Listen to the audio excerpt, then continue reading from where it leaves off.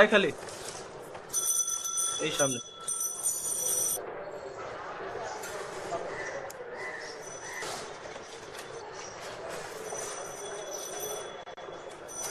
দোস্ত তুই এখানে আজকে কেউ নাই?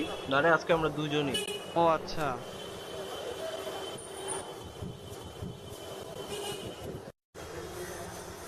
বাবা ডানে রাখো।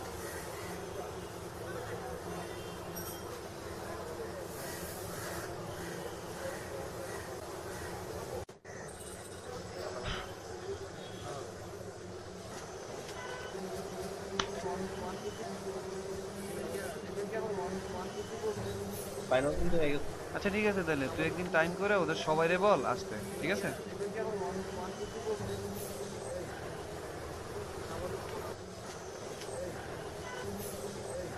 এই বেটা, কি দেখো? আচ্ছা তুই মায়া দেখো কেন এরকম? তুইও তো মেয়ে দেখোস। আমি তো নামাজই পড়ি না।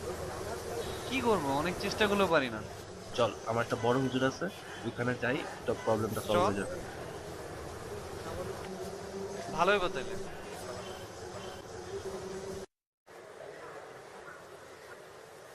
আসসালামু আলাইকুম হুজুর।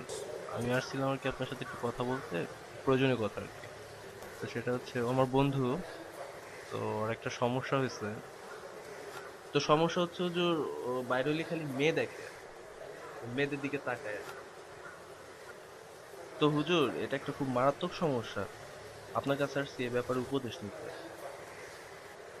তোমার আমি 1 গ্লাস দুধ দিতেছি, দুধটা নিয়ে তুমি 32 নম্বর বাড়ির দারোয়ানদারে দিয়ে আইবা, রাস্তায় জানি 1 ফোঁটাও দুধ না পড়ে, ঠিক আছে? রাস্তায় দুধ পড়লে ওরা সবার সামনে তোমার পিটাইবো।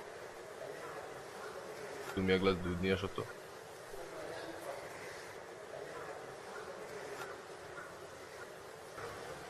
দুধটা ওর হাতে দাও, যাও এখানে গিয়ে দিয়ে আসো, দিয়ে আসো, যাও, যাও, যাও। উঠি তাহলে। ঠিক আছে।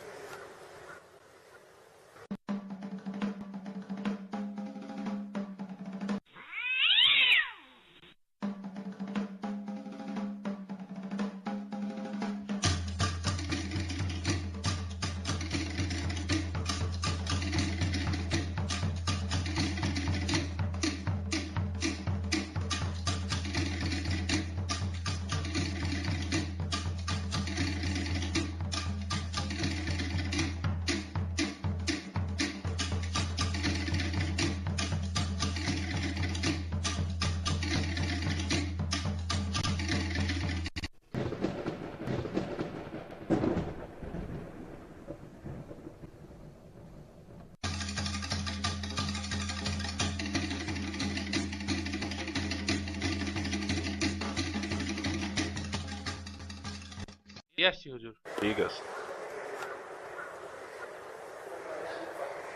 সব ঠিক আছে। কি? আলহামদুলিল্লাহ। তো রাস্তায় কয় মেয়ে দেখলাম? কিন্তু হুজুর আমি তো বুঝতেই পারি নাই আমার চারপাশে কি হইতেছিল। আসলে আমি দুধটা নিয়ে এত ভয়ে ছিলাম যে পড়ে গেলেই তো সবাই আমারে মাইর দিত। এই জন্য কিছু দেখার সুযোগই পাইনি। মুমিনরা ঠিক এভাবেই আল্লাহকে ভয় করে। মুমিনরা সব সময় চিন্তা করে যে সে যদি আল্লাহর বিশ্বাস এই দুধের মতো ছিটকে ফেলে দেয়, তাহলে আল্লাহ কিয়ামতের পর সবার সামনে তাকে অপমানিত করবে। বিচার দিনের চিন্তা এভাবেই মুমিনদেরকে গুনাহ থেকে বাঁচিয়ে রাখে।